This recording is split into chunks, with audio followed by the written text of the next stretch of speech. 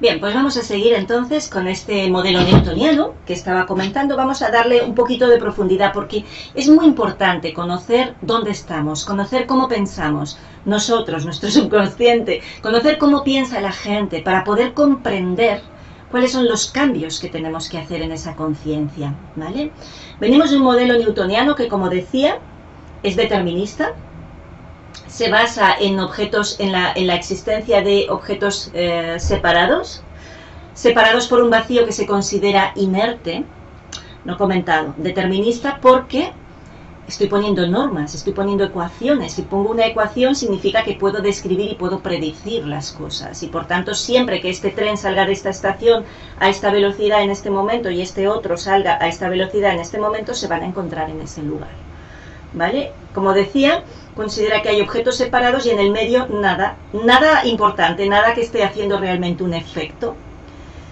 Ese punto de la objetividad y del determinismo me lleva a encontrar o a pensar que hay un destino, que hay algo que está escrito para mí y que es ineludible. Ese destino es ineludible, ¿vale? Me lleva a posicionarme como un observador pasivo de mi propia vida, en la que me vuelvo más bien una víctima, porque todo está escrito, y porque puedo predecir lo que va a pasar, y porque estadísticamente 1 de cada 3 mujeres, o de las que sea en este momento, que no sé cuánto es, como estadísticamente 1 de cada 3 mujeres va a tener tal problema, pues oye, en mi caso somos 4, pues significa que a una y un cuarto nos toca, ¿vale? Y eso lo que hace es quitarme totalmente el poder. Y luego tenemos el otro punto, que es el punto de que la consciencia se considera un simple subproducto de la química cerebral, ¿vale? Estos son un poquito como los puntos de partida de todo eso. Y eso nos ha llevado a un modelo médico basado en la enfermedad, basado en que la salud es la ausencia de enfermedades, ¿vale? Y que el foco está en la enfermedad, y por tanto es lo que decíamos en el capítulo de los paradigmas, ¿no? de las visiones sobre la salud. Cuanto más energía pongo en algo, más se va a fortalecer ese algo que pongo, así sea una enfermedad. Es una medicina que es espectacular para casos agudos, para emergencias, para urgencias, pero que en los casos crónicos no está dando soluciones. Y eso no es algo que lo diga yo, lo dice todo el mundo. Lo tenemos la evidencia, la constatación de que es así. Aliviamos los síntomas porque no conocemos las causas. Y al aliviar los síntomas, producimos un montón de efectos secundarios que llegan a ser incluso peores que aquello que queríamos evitar. Es el ejemplo que yo pongo a veces de que en vez de, cuando viene un ladrón a robar y salta la alarma, lo que hacemos es cortar el cable que hace saltar la alarma. Y bueno, con eso que resuelves, que no oyes, pero no resuelves nada más. Y eso es lo que estamos haciendo todo el tiempo, cortar los cables que están señalizando, sin darnos cuenta de que eso tiene una función y una alarma y una alerta y un aviso. Yo veo montones de personas que están tomando la pastillita para el colesterol, la pastillita para la hipertensión, cuando no además la metformina para la diabetes, pero y encima la píldora para dormir.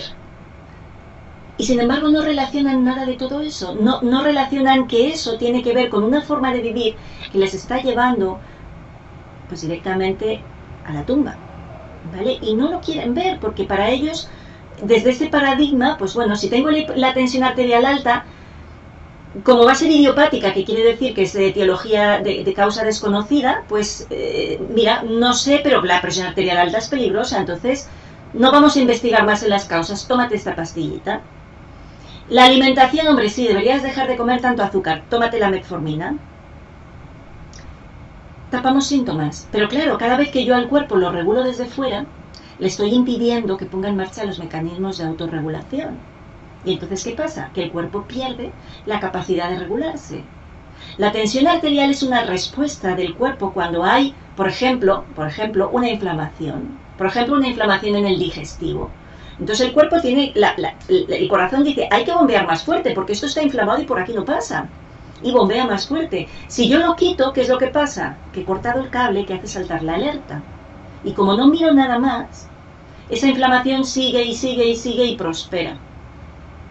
Y todos sabemos de los efectos secundarios de los medicamentos, y es que lo estamos leyendo, que una de las principales causas de muerte en los países occidentales es la iatrogenia, es el uso de medicamentos. Los efectos secundarios de los medicamentos son una de las causas principales de muerte. ¿Qué estamos haciendo?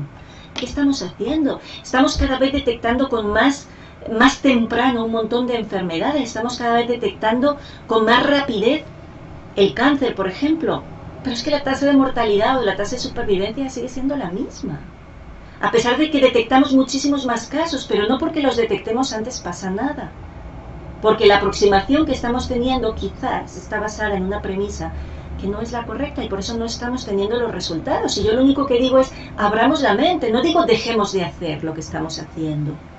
Digo, abramos la mente, escuchemos otras voces, veamos la realidad de otra manera, porque quizás de esa otra manera vamos a encontrar también otras soluciones que nos van a permitir, bueno, pues quizás tratar a esos pacientes que están sufriendo y que hasta ahora no han tenido respuesta.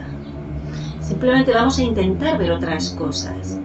Esa medicina newtoniana basada en el determinismo, ¿vale? El determinismo, como decía, viene de la propia concepción de las fórmulas matemáticas y físicas. Si yo puedo elaborar una fórmula que describe esto, significa que eso va a ocurrir así. Entonces hay un destino. No puedo cambiar el rumbo de los eventos. Soy una víctima de un universo cruel, en el que todo es una guerra por la supervivencia, una lucha porque todo es escaso. Y hay dos puntos en los que el determinismo llega al máximo, que es el determinismo genético. Somos víctimas de nuestra herencia genética. Si tienes este gen, más vale que te extirpes esa parte del cuerpo porque vas a desarrollar un cáncer. No, está la posibilidad, es cara o cruz. La genética sin la epigenética tampoco te dice nada. Y la otra es la teoría de los gérmenes. Los gérmenes, en el momento en que aparecen los microscopios y empezamos a detectar que allí hay algo que se supone que no debería estar o que yo juzgo que no debería estar, ahí es cuando encuentro la causa verdadera de todas las enfermedades. Y entonces vamos al rescate, como yo percibo que la vida es una guerra, que es algo a luchar contra los gérmenes, que es algo a matar a todas las bacterias. Escucha, el 10% de tus células son humanas. El 90% de tus células son microorganismos que conviven contigo y que sin ellos no hay vida. ¿No nos hace pensar un poquito eso? Ese dato es conocido, ese dato lo leéis en cualquier libro de bioquímica, de biología molecular y celular. ¿No nos hace pensar un poquito que el enfoque de vamos a matar al enemigo quizás es demasiado medieval y que ya no rige aquí? Ya no rige aquí, pero si yo sigo pensando en ese enfoque newtoniano en el que la vida es una guerra, claro que pierdo la batalla contra la enfermedad. Claro que sí. Y entonces vamos al rescate con antibióticos, antibiótico en contra de la vida. Qué palabra tan fea, qué palabra tan horrible, que mata selectivamente. No, mata bastante indiscriminadamente, porque además tenemos antibióticos de amplio espectro, quiere decir que matan todo lo que pillan por el camino, pero vamos a ver que el 90% de mis células son eso que estoy matando, eso a lo que le estoy culpabilizando. Esta es la reflexión a la que seguramente ya la tenéis todos en la cabeza, pero a la que quiero llegar también. Es la reflexión porque para mí es muy importante. Si yo no entiendo que el cuerpo es un todo capaz de autorregularse y de sanarse a sí mismo, voy a estar tratándolo siempre como un papá trata a un bebé, poniéndole normas y diciendo esto sí, y ahora yo lo quito, y ahora yo lo pongo, y ahora yo te manejo. No, no es así. Nuestro cuerpo tiene una infinita capacidad de autorregenerarse a pesar de todo lo que hacemos. A pesar de todo lo que lo sometemos, nuestro cuerpo sigue vivo. Y a pesar de todos los atropellos a lo que lo sometemos, ¿no? Bueno, la solidez. Seguimos viendo el cuerpo, como lo veíamos en el siglo XVII, como si fuera una máquina. Un engranaje perfecto, de precisión suiza, si queréis. Una máquina que cuando falla, pues cambio esta pieza por esta otra pieza y por tanto se soluciona todo con cirugía, con implantes, o bien si lo que falla no es mecánico sino químico, pues con drogas artificiales, con químicos, que además no naturales, no vaya a ser que encima funcionen bien. No, vamos a sintetizarlos. ¿Por qué? Porque ahí sí hay un beneficio en patentar una molécula que en realidad es de la naturaleza. Si la naturaleza nos reclamara todas las patentes que ha hecho para nosotros, Dios mío, ¿no? Seguimos considerando el cuerpo como algo sólido, como algo mecánico. Y yo voy a insistir a lo largo del temario, sobre todo hay un par de capítulos, en el que el cuerpo no es sólido. Pero no es sólido porque lo veamos desde una perspectiva cuántica, ¿no? Es que el 70-80% de nuestro cuerpo es agua. Y el agua está en estado gelatinoso. Y además las moléculas, si es que hay moléculas... Hay proteínas que solo permanecen como tal proteína 20 minutos. Y a los 20 minutos se han deconstruido, han ido a la piscina metabólica donde está todo y se han vuelto a reconstruir en otra cosa. Nuestro cuerpo está en continuo, absolutamente continuo movimiento y regeneración. ¿Cómo podemos considerar que eso es sólido y que es fijo? ¿Cómo podemos considerar que podemos sustituir determinadas partes sin afectar al todo? ¿Vale? Que no digo que no se haga y que no sea maravilloso, claro que sí. Es maravilloso que a alguien que no puede caminar le pongan una prótesis de rodilla y pueda caminar, o que a alguien que le fallan las válvulas del corazón se las cambien. Es maravilloso, pero en casos extremos, no en el día a día, no porque sí. Para evitar vamos a quitar, para evitar vamos a ver, vamos a cambiar, vamos a poner. No, el cuerpo es un todo y es maravilloso, no se puede andar cambiando y tocando con tanta alegría. ¿Cuántas veces nos hemos encontrado con personas que después de una cirugía, el otro día una mujer que tenía, le encontraron un tumor, bueno, un quiste en el ovario, que luego resultó que era tumoral, le rasparon todo, le rasparon tanto, que le generó una obstrucción intestinal de todo el mejunje que le habían hecho dentro. Otra cirugía más para deshacer el desastre que habían hecho con la primera cirugía. Eso es así, no podemos tocar creyendo que no va a pasar nada. Porque nuestro cuerpo no está formado por partes individuales, no son partes separadas. Nosotros creemos comprender el cuerpo porque lo hemos diseccionado, porque lo hemos separado y creemos que con eso podemos entender las partes individuales. Ya voy a hablar mucho de esto durante todo el temario, pero no podemos. No, el todo va mucho más allá de la suma de partes. Por mucho que tú cojas un montón de partes y las conectes entre sí, no vas a tener la vida. No vas a tener un ser humano. Por mucho que cogieras un estómago y lo unieras con todos los sistemas y con todo. Hay algo que va mucho más allá. La vida va mucho más allá que la suma de partes. Y ese tener en cuenta la consciencia como algo secundario. La consciencia se considera que no es importante. Y fijaros que existe el efecto placebo. No solo porque Joe Dispenza tenga un libro que se llama Tú eres el placebo, sino porque es un fenómeno conocido en la medicina. De hecho, siempre se hacen los controles frente a placebos, y a veces que los placebos funcionan igual que las medicinas. ¿Por qué? Pues no se tiene en cuenta. No se tiene en cuenta la capacidad de la propia persona de modificar su propia realidad. No se tienen en cuenta la mayor parte de las veces ni siquiera los hábitos de vida de la persona. Es bastante triste. El otro día también, es que claro, me cuentan tantas, una persona que le acababan de operar de un cáncer de mama y que estaba espeluznada porque salía del médico y el médico le había dicho, ya estás bien, ahora ya te puedes volver al McDonald's a comerte una hamburguesa y unas papas fritas. Y ella solita decía, pero ¿cómo puede ser que un oncólogo me mande al McDonald's a comerme una hamburguesa? Aparte del sentido que podía tener del oncólogo de quitarle hierro a la situación y decir, ahora ya estás bien, haz lo que te apetezca. El hecho de que pongas ese ejemplo, estás demostrando que realmente no consideras que los hábitos de vida impacten en la salud, porque si no es lo último que le dirías a ninguna persona, ni sana ni enferma, pero sobre todo enferma o recién recuperada.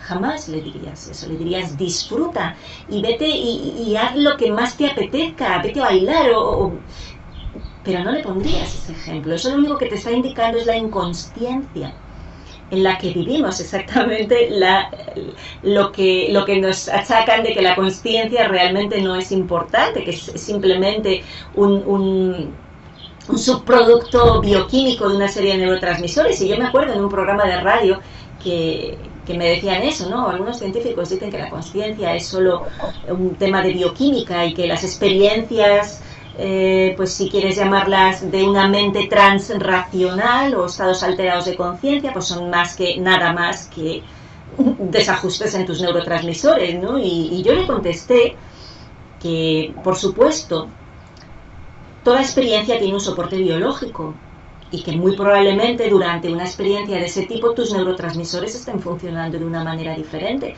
Pero alguien que afirma que esas experiencias son solo un subproducto metabólico de neurotransmisores desajustados, lo único que te está diciendo es que jamás la ha tenido esa experiencia, que jamás ha salido de su mente racional, que jamás ha podido utilizar ese 90% de su mente que es transracional, y eso lo único que me genera es tristeza.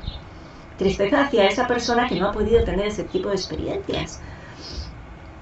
Bien, hay un punto intermedio entre la teoría clásica, digamos, de una física newtoniana hacia una evolución más energética, que es la teoría de la relatividad. Sabemos que Einstein, al principio del siglo XX, genera una teoría, que es la teoría de la relatividad, en sus diferentes versiones, en las que nos dice que el espacio y el tiempo no están separados, sino que forman un continuo espacio-tiempo, inseparable, cuatrodimensional, porque las leyes de Newton no son objetivas, no son estáticas, sino que dependen del observador.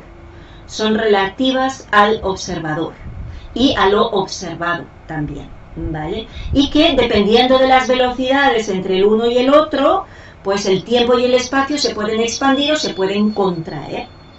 Claro, eso él lo descubre cuando empieza a estudiar pues, fenómenos que ocurren a velocidades más altas de las velocidades que nosotros trabajamos habitualmente.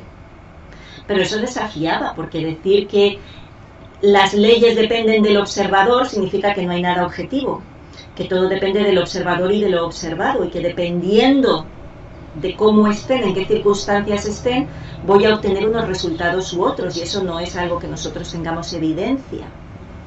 Einstein postula o describe una ley, una expresión que es muy conocida por todos, que es esta de energía igual a masa por la velocidad de la luz al cuadrado. Que lo que quiere decir eso es que masa, es decir, materia y energía, son intercambiables. Son conceptos que se pueden integrar, pero que si uno de los dos rige jerárquicamente sobre el otro, es la energía el más importante sobre la materia, ¿vale? Pero básicamente nos dice que materia y energía son intercambiables. No es que sean lo mismo, porque no son lo mismo, pero sí que se intercambian, se interrelacionan y se transforman unos en otros. La materia se convierte en energía, la energía se convierte en materia cuando tenemos receptores adecuados, ¿vale? Entonces, también describe la fuerza de la gravedad no como una fuerza a distancia, sino simplemente como una curvatura, como si tuvieras una colchoneta o una hamaca en la que de repente pones un peso y al poner el peso, ¡yum!, todo se curva. Y entonces al curvarse hace un efecto sobre cualquier otra cosa que esté por ahí y va a hacer que todo se junte. Va a tener una tendencia a la atracción, pero no porque haya una misteriosa fuerza a distancia, sino porque hay una curvatura en ese sostén físico que es el espacio-tiempo, ¿no? La teoría de Einstein no es una teoría cuántica, de hecho a él no le gustaba la física cuántica, y tiene un cierto punto, un cierto pozo todavía clásico, pero fue como el punto de partida para un cambio. El problema que tenemos, el desafío, uno de los desafíos principales que tenemos es el que yo llamo el desafío del lenguaje. Porque, ¿de qué hablamos cuando hablamos de energía? Vamos a hablar de un paradigma energético, pero ¿qué es energía? Y si tú le dices a la gente que trabajas con energía o que trabajas con energía aplicada a la salud o bioenergía, bioenergética, da igual el nombre que le pongas porque todos generan confusión, absolutamente todos. Yo he cambiado 20 veces de nombre para ver si con eso conseguía salir de la confusión, pero no se puede. Entonces, la primera cosa que piensa la gente cuando le dices que trabajas con energías o con bioenergía es que hace Reiki. Y con todo mi respeto hacia el Reiki, que es un tipo de energía, pero es una energía que no es mesurable. Puedes medir los efectos que produce, pero no la energía en sí misma. Los que venimos de la rama mecánica como yo, pues cuando pensamos en energía solemos pensar en energía cinética y potencial, ¿no? La potencial como capacidad de realizar un trabajo que luego se convierte en movimiento en la energía cinética. Pero si le preguntamos a un biólogo, o un bioquímico, pues describirán la energía como pues esta molécula, este ATP, como mucho también este fotón que impacta aquí, pero normalmente la molécula de la energía en el metabolismo celular es el ATP, el adenosintrifosfato, ¿no? Es lo que se considera la energía en los seres vivos. Entonces lo primero que tenemos que hacer es definir a qué le llamamos energía. Y cuando yo hablo de energía estoy hablando de campo electromagnético. Estoy hablando de una octava de la energía que es mesurable con aparatos científicos, con lo único que los instrumentos electrónicos me permiten captar, que es la energía electromagnética. Ya hemos visto por qué le llamamos electromagnética y no solo eléctrica ni magnética, y hemos visto también ese espectro electromagnético en el que se representan las diferentes posibilidades de frecuencias en esas 10 a la 21 órdenes de magnitud que tenemos, y que tenemos también las diferentes longitudes de ondas, ¿vale? Y aquí pues la parte entre la electrónica en verde y la óptica más para aquí, simplemente como nombre, con el teragap en el medio, las frecuencias ionizantes a partir del ultravioleta para allá frente a las no ionizantes, etcétera, ¿no? Esto es un poquito el gráfico que ya hemos visto en el otro capítulo de introducción a la electricidad. Y sabemos que nuestro corazón emite campo electromagnético a 1 hercio, que es extra baja frecuencia, que nuestro cerebro emite campo electromagnético entre 0, algo y 40-50 hercios, que nuestro sistema nervioso llega a kilohercios. Sabemos que estamos a 37 grados y por tanto emitimos calorcito, somos cálidos, y eso significa una radiación de infrarrojo lejano, básicamente unas 10 micras. Sabemos que las células en mitosis emiten luz ultravioleta como una señalización de la mitosis. Sabemos que emitimos luz visible, existen los llamados biofotones. Todas estas son cosas que son mayoritariamente entendidas. Otras no tanto, porque también emitimos en microondas, como vamos a estudiar, emitimos en general en radiofrecuencia, emitimos en muchas bandas, al menos en 2/3 de las bandas del espectro electromagnético. Vamos a ir viendo capítulo a capítulo cómo emitimos en todas esas. Entonces, cuando estoy hablando de electricidad, de lo que estoy hablando es de este campo de energía, de un paradigma energético relacionado con la salud. Mayoritariamente estoy hablando de un paradigma bioelectromagnético. ¿Por qué? Porque es el que conozco, porque es el que sé medir y es del que hay publicaciones. Vamos a hablar en el curso también un poquito de las energías no electromagnéticas, pero para eso hay otros cursos que probablemente sean mucho más completos que este, ¿vale? ¿Qué pasaría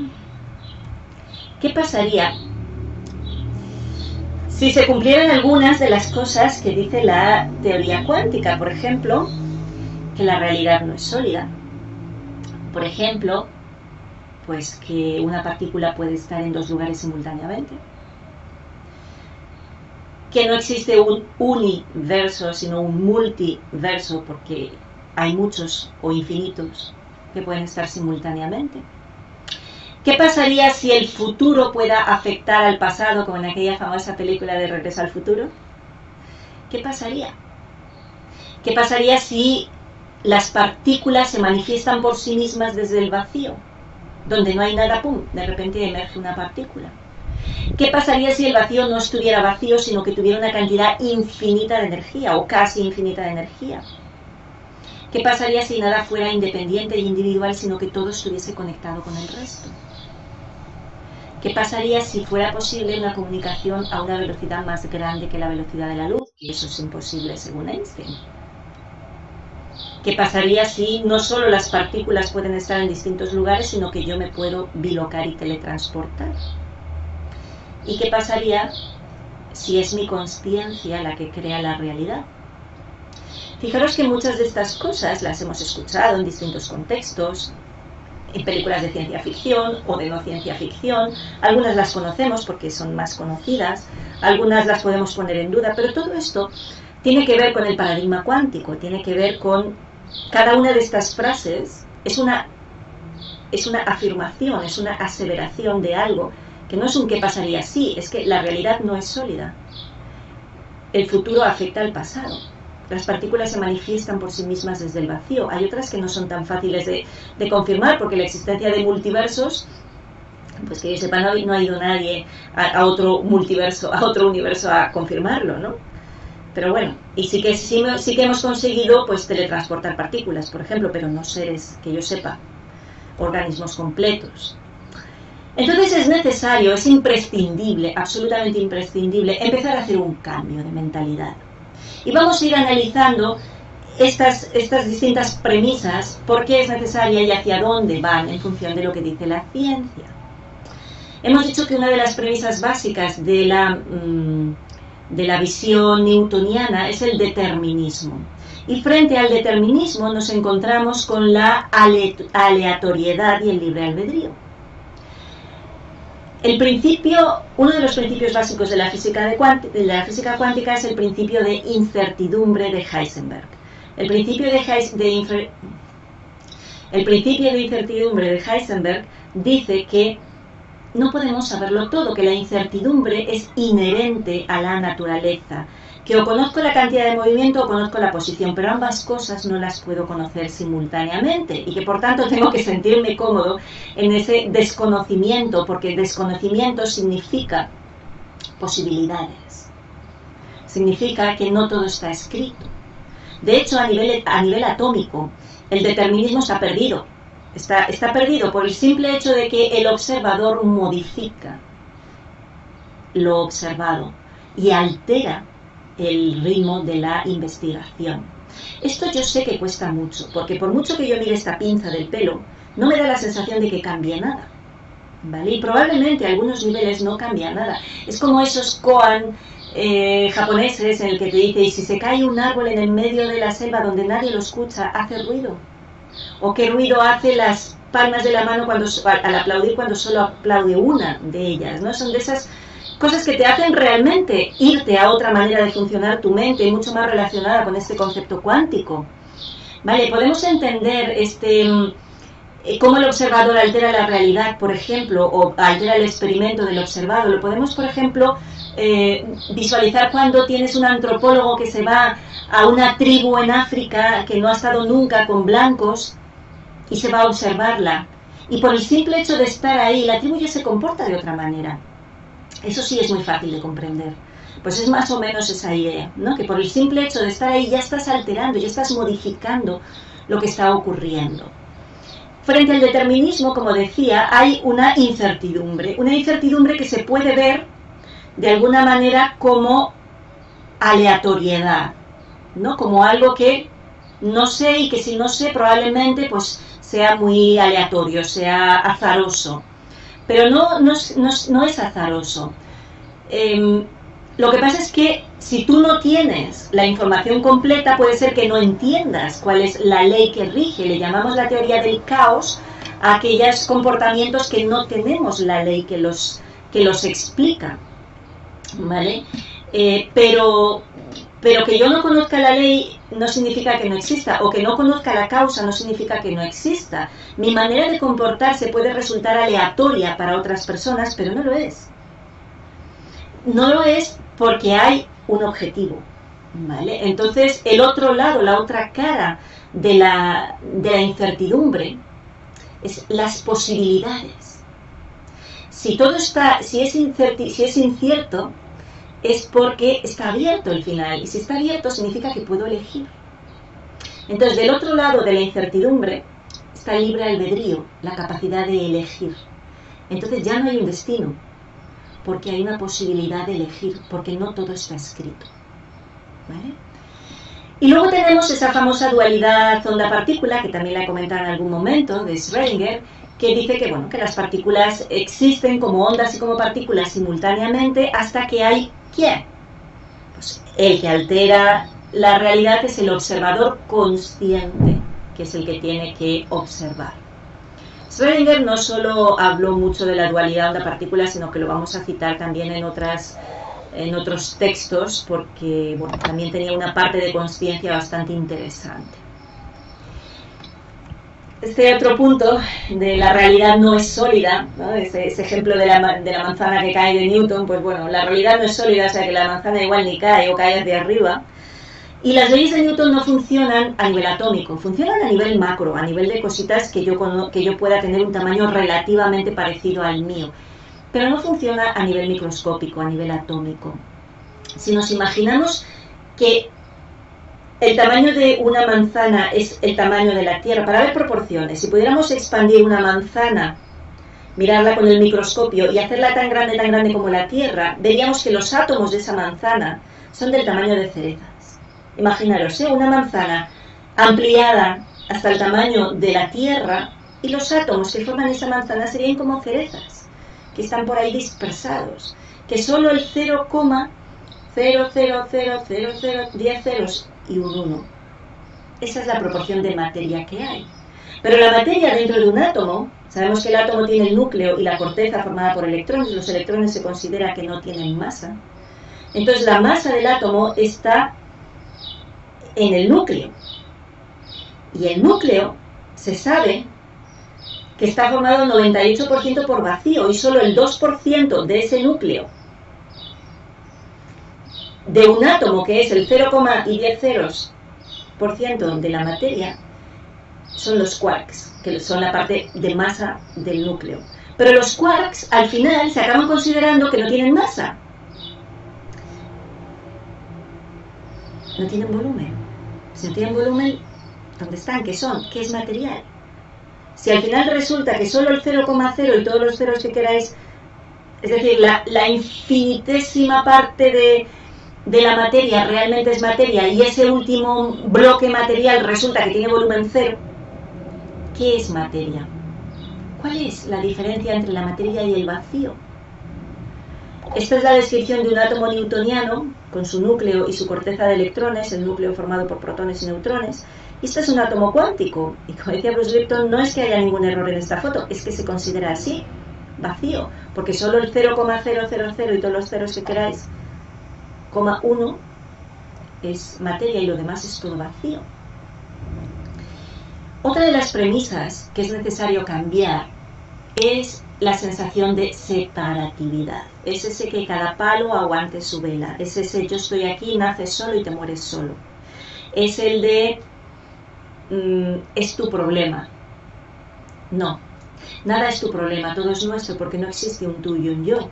Porque el espacio no es un espacio vacío, sino que es una red interconectada. No es un escenario pasivo, no es simplemente inerte, sino que es un campo. Y un campo implica que existen fuentes de energía, de información, que existen intercomunicaciones y que todo surge de ahí. Cada centímetro cuadrado del espacio tiene una cantidad de energía casi infinita. Y ese espacio es el que nos conecta a todos, afectando además a la velocidad de la luz. Tenemos teoremas que nos explican que en el universo no existen cosas separadas, sino que todo son relaciones, que todo es un continuo, que todo está unido. Y que las entidades cuánticas se están influenciando instantáneamente a cualquier distancia, sin intercambio de fuerza. Están totalmente conectadas. Entonces, ese entrelazamiento cuántico es la clave para poder comprender muchos de los eventos sincrónicos que nos están ocurriendo, tanto en la vida cotidiana como a nivel microscópico, porque tenemos evidencia de ello. Lo mismo ocurre con la objetividad. Nosotros tenemos 5 sentidos principales que nos traen un montón de información y que nos hacen sentir que aquí hay un universo sólido, que está ahí fuera. Pero es que fíjate que en los sueños ocurre igual. Yo precisamente esta noche me desperté con un sueño tan vívido que tenía todavía el corazón acelerado y la imagen clarísima en mi mente. Es que en los sueños también tienes la sensación de que eso es real. Y al final esa imagen que yo estoy percibiendo de lo de fuera, yo ahora estoy viendo esta pantalla la percibo como que está ahí fuera, pero en realidad la imagen de la pantalla se está formando en mi mente, en el interior de mi mente, en este cerebro holográfico que tengo, ¿vale? Y esa realidad exterior está en todos los posibles estados, en esa incertidumbre, hasta que viene un observador consciente. Y la consciencia, el acto de observar, es el inicio de toda creación. es el inicio de la creación de la realidad, así que ten cuidadito con qué observas, ten cuidado con cómo miras la realidad, porque así la mires, así la ves, porque así la estás creando. Y eso sí que lo vemos, ¿no? O sea, hay muchas ciudades en cada ciudad, hay muchas realidades en cada realidad. Tenemos esa frase que dice que cada uno cuenta la feria según le ha ido en ella, porque cada uno ha vivido la feria de una manera diferente. Cada observador colapsa su realidad en función de su estado mental, en función de su sistema de creencias. Entonces, es la consciencia la que crea la realidad, es la consciencia la que crea el orden. Ahora, la gran pregunta es, ¿dónde está mi observador? ¿Quién es mi observador? ¿O desde qué observador estoy observando? Porque puedo tener muchos observadores dentro de mí. Puedo tener uno que está muerto de miedo, pero puedo tener otro observador que en un momento determinado salga y que me haga ver la oportunidad. Y así como yo lo vea, así va a ser, así se va a manifestar. Y las cosas existen porque las observamos. Entonces, hay que pasar del concepto de partícula al concepto de campo. Porque son los campos y no las partículas los elementos esenciales. Cuando hablemos de las células, ya muy avanzado el temario, vamos a estar hablando de la Living Matrix y vamos a ver cómo eso desafía la idea de que la célula es la unidad la unidad vital más pequeña. No, no es la célula, es un contexto de esa célula, porque la célula independiente no existe, no hace nada, no está conectada a la vida. Entonces no son las partículas sino los campos los que son esa unidad, ese elemento esencial de la naturaleza, y obedecen una serie de leyes que son leyes de la física cuántica. Obedecen el principio de superposición, el principio de exclusión de Pauli, el principio de incertidumbre, de superposiciones que pueden estar en varios estados similarmente. Pero bueno, no quiero entrar tampoco en grandes explicaciones de física cuántica, porque eso lo único que nos va a llevar es a mucha mente, pero la mente no nos va a solucionar gran cosa, ¿no? Pero sí que esa idea de que tenemos esa dualidad, que simplemente significa que no hemos llegado a comprender del todo la realidad que estamos viendo, y que existe una cuantización. Cuantización significa que la energía no es continua, sino que va en forma de cuantos, va en forma como de paquetitos, ¿vale? Un cuanto es un paquete energético, que es lo que al final se convierte en una partícula, ¿vale? Entonces, igual que decíamos antes de la fuerza de la gravedad, si os imagináis una cama elástica y un niño saltando en la cama elástica, cada salto va a producir una serie de ondas que van a propagarse a lo largo de esa cama elástica, y eso es ese concepto del campo con una serie de propiedades que están funcionando o que están alteradas en ese momento. Entonces la física nos habla de que tenemos tres elementos básicos que conforman la realidad. Tenemos materia, energía e información. Pero por jerarquía es información, energía y materia. La información son los códigos que dirigen la energía, y la energía es el sostén que colapsa en forma de materia, porque al final la materia no es más que luz congelada, no es más que energía coagulada, ¿vale? Y eso nos indica o nos hace pensar en tres conceptos clave. Todos estos conceptos los vamos a ir trabajando mucho a lo largo del temario, y son conceptos que además ya tenéis también en otras charlas de divulgación que he dado, pero vamos a darle una repasadilla rápida. Concepto de campo, de coherencia y de holograma. Concepto de campo. El campo es una región del espacio que tiene alteradas sus propiedades por la existencia de algo. Lo hemos visto en la introducción con el campo eléctrico, que tiene una carga y que por tanto hay una distribución en el espacio en forma esférica, que si la carga es positiva hace líneas que salen, y si la carga es negativa las líneas entran, y que produce una serie de efectos cuando esa carga se encuentra con otra carga. Puede ser carga eléctrica, puede ser carga magnética. La Tierra tiene su propio campo magnético, tiene sus vientos tiene su campo magnético que nos protege de los vientos solares, y además esto es muy interesante, que ya lo repetiremos también, que el campo magnético de la parte del frente, de día, es mucho más grande, más fuerte que el de noche, por eso de noche somos mucho más vulnerables a todo. Y tenemos aquí una imagen que casi no se ve, que es la del campo magnético del ser humano, ¿vale?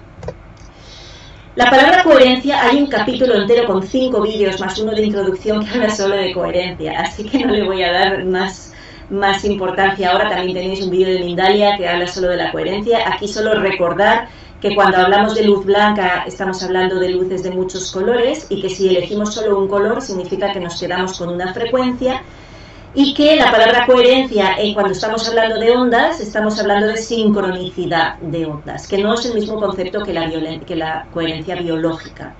Pero sí que nos permite explicar las interferencias, como 1 más 1 son 2, o como 1 más 1 puede dar 0, si están en contrafase o si están en fase. Si las dos ondas están en fase, al juntarse, al hacer la interferencia, me va a dar pues el doble, pero aquí me va a dar 1 menos 1 y por tanto 0, simplemente porque la misma onda está ordenada de una manera diferente.